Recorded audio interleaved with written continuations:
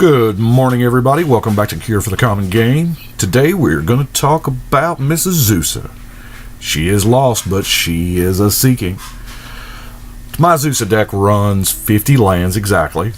That leaves us 49 cards to work with.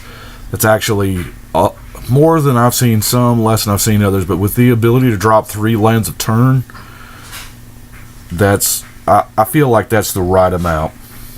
First off, we will get into the sorceries and talk about Animist Awakening. You can actually cast this a lot earlier than you would think and get a lot more benefit out of it. With half of your deck being lands, it hits more than it misses. It's a good card. And with all that mana, we got a lot of stuff here, like the Gelatinous Genesis here. One card can make you have a board presence. You've got enough mana, and you can be a force to be reckoned with just oozes. Oozes. I mean, there's not a better way to win than oozes. Of course, Genesis Wave, a couple of people in my play group, they actually don't call this the Azusa deck. They call this the Genesis Wave deck, because it just gets nutty. We don't really have a lot of flyers. So it seems like Whirlwind's a good call. It's actually saved me from Angels and Dragons and random things that fly, and it's a beautiful card. Didn't get printed a whole lot, though, so it's... And, of course, Praetor's Council. This is kind of a have-to for a heavy green EDH deck. I mean, Praetor's Council is the ultimate regrowth.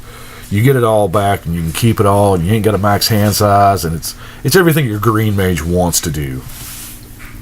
Of course, Harmonize. I've talked to you before about how great I think Harmonize is. It's the only mana for cards that exist. Drawing 3 cards for 4 mana.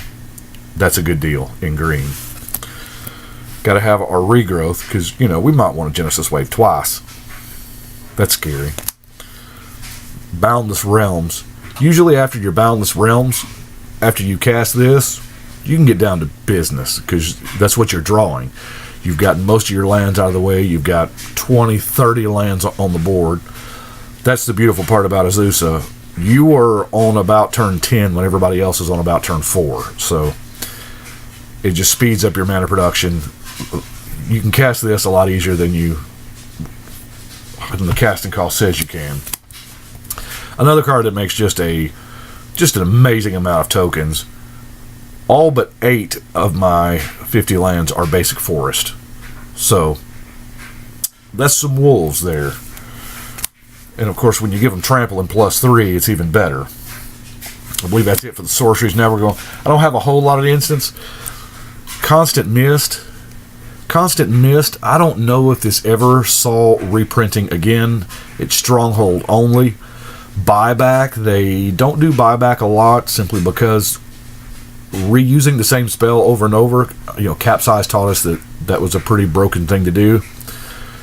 But the ability to fog and buy it back by sacking a land, which is not something we're scared of. We have plenty of lands. This is an all-star. This can actually buy you the time you need. It saves you from commander damage. It's wonderful. Can't say enough good about Constant Mist. Realms Uncharted. Now, Realms Uncharted is like I believe it's Fact or Fiction for green, for lands. You get 4 lands with different names. Hey, that's cool. That's not that hard. And 2 go to your hand, 2 go to the yard. We don't really care, because the 2 that go to the yard, we're probably going to play them thanks to Crucible of Worlds anyway. Good card. Primal Bellow is another one. We have... 2 ways in the deck that Azusa, she just about is not going to win by general damage at all. With Primal Bellow, she totally can. We'll get to the other one. You should probably know what it is. I bet you do. But Primal Bellow is a good one. Early Harvest, another card that don't get a whole lot of love, but when you just want, it effectively doubles your mana that turn. You can tap it all out, float it all, use 3 of it, untap it all. It's good. I love it. Here's the other instant win. So I put Blanchwood on Azusa swing. Seems good. It's even better when she's got trample. Giving all your dudes trample, this is a beautiful thing. Greater Good is, wow, it's some card drawing. It's the same casting cost as Harmonize, and I know you got to sack dudes out of the deal. However, with things like your Regrowth and your Praetor's Council, and sacking one of your big dudes is not that bad, especially if it's a really, really big dude that's, say, already going to die because somebody is playing a board wipe effect or they're targeting it, or it's a good card drawing machine. Sylvan Library is another good card. Well, it's more card filtering. I think this was the first card that we had that operated like the Sensei's Divining Top. To be honest with you, back when we first got this card, we got it reprinted in 4th edition. Most people did not realize how good of a card this was. This thing stayed at under $1 for most of its existence. Now let's get on to the creatures. It's hard to have a mana-heavy deck without Omnath. He's Omnath.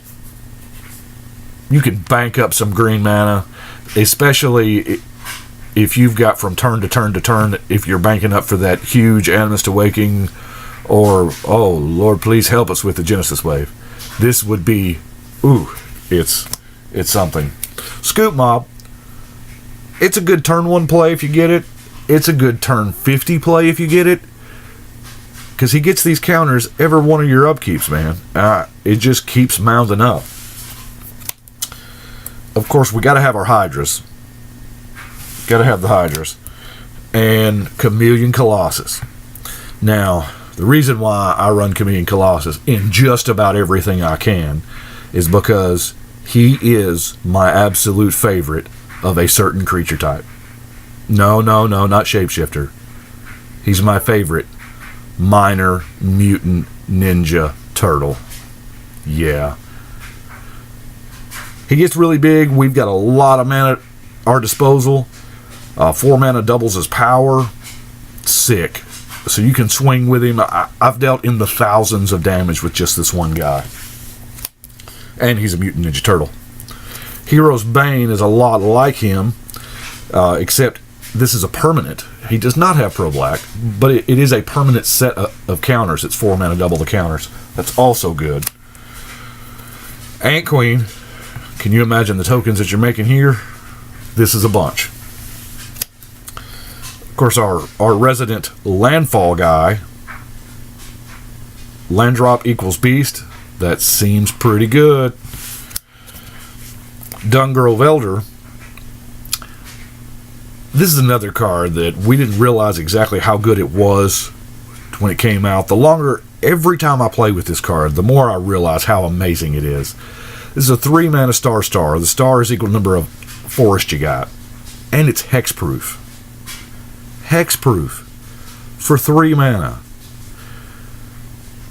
I have never played this card where it's been under a 5/5. In this deck, it is, as far as just the sheer mana to power ratio, this thing is off the charts. Love the Dungar of Elder. Wolfbriar Elemental. Let's kick this bad boy a bunch of times to make even more wolves. That's awesome. Dauntless Dourbark. Pretty good. Power and toughness equal to the number of tree folk and forest. Heck yeah. I know there's been a lot of modern discussion about this guy, but he's an amazing guy. I don't think I've ever pitched the green cards to the alternate casting because you've got so much mana and he's just so huge. 1+ the number of lands you've got. It's really good. Lotus Cobra, landfall, add a mana. Win-win. Another landfall guy, +4/+4, and I believe it gives him trample too. Yeah, that's pretty good. Divine Lasher Kudzu. This was the landfall card before landfall was keyworded. And we all thought that this was actually going to be in Zendikar. However, it was not. But still a good card. Still has landfall, get a counter. Mole, mole, mole, mole. Molimo, another power and toughness land guy. Oracle. Gotta have Oracle. Now, I don't run Gaia's Touch or Exploration because I just about don't need it. But I love the fact that this lets you filter off the top. If I can play that extra land off the top and not have to draw it, or there's a reason that this card is worth as much as it is. It's worth more than Exploration, and poor Gaia's Touch just gets no love. Seedborn Muse, another card that's enjoying her heyday since the Prophet got banned, but she's really, really good. Avenger of Zendikar. I guess you can see the whole landfall theme here. This can get nutty really quick. Of course, the Eternal Witness for getting back your goodies. Got a trio of 3 walkers, one of which is Wild Speaker, which untaps your land and then ultimates to Overrun. Nice. Nissa, anything that says equal to number of lands you control is probably pretty good in this deck. Here again, for each land you control. Now, artifacts. We absolutely cannot talk about this deck without talking about Crucible of Worlds. Crucible of Worlds it was the first card. As soon as I decided I was going to make an Azusa deck, this was the first card I went to. It is remarkable for, yes, we all know how good it is to a strip mine. Well, by good, I might mean broken, especially with the ability to play it from your graveyard 3 times. But that's not the true value of it. It's just the ability to play your lands. You've got 3 land drops a turn. Late game, you're going to miss some of them. But if you can play your Terramorphic Expanse and your Evolving Wilds back from the yard 2 or 3 times, that's amazing. Crucible of Worlds, it's the stuff. Mistress Helix is not the stuff. It is not the stuff that will make you friends. It is not the stuff that people will like you for. Mistress Helix is what will, How to Lose Friends 101. Play Seedborn Muse and Mistress Helix and lock everybody out of their turn for the rest of the game. You've got more mana than they do.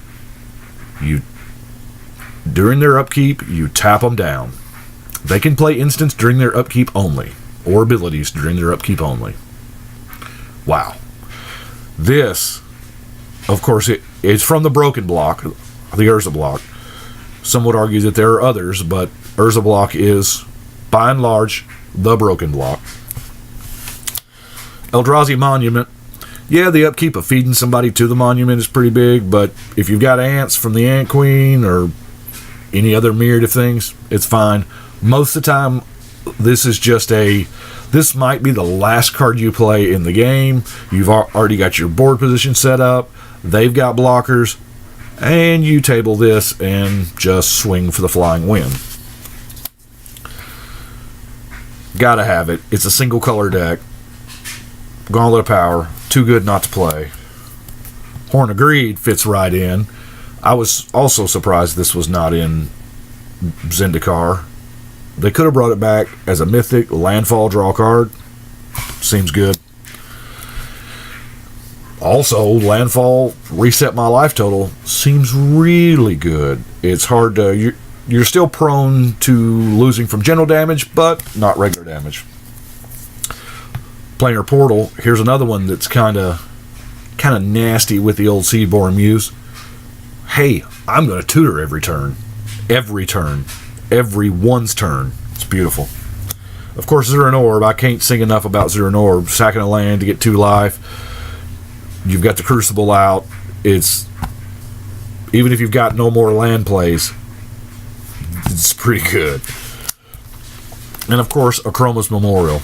A Chroma's Memorial is another one of those that this is probably the last card you're going to play unless you're playing against a pretty dominating black or red deck.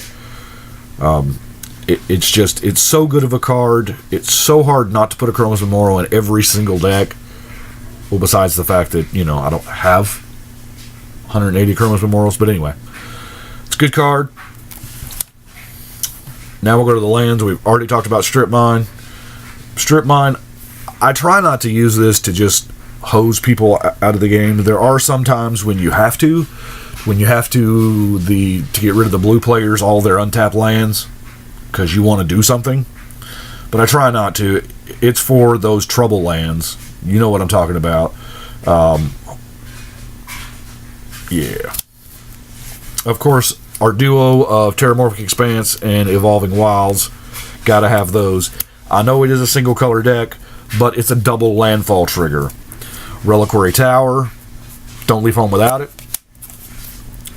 Temple of the False God, I've actually turned this on like turn 3. It's pretty neat. And then a Homeward Path. Apologize again about the foreign, but Homeward Path to take things that people have stolen from you. And then we have our 50 Forest. And that is Azusa. It plays really well. I like her. And a lot of times after, 3 or 4 turns, people are going to shoot her. She's going to be a target. Hey, you've got the mana to recast her if you just need to. A lot of times you can just let her go until you build up some lands to work again, till you draw you a bunch of cards. But this is EDH. People have a way of drawing cards for you, of drawing you cards. But anyway, that's all I've got for today. I appreciate you watching. Don't forget to like and comment and subscribe. And to be sure to let me know to what decks you want to see. I'm sure if I don't have them built, it wouldn't be too hard to build them and see my take on them. I thank you for watching. Y'all have a good day.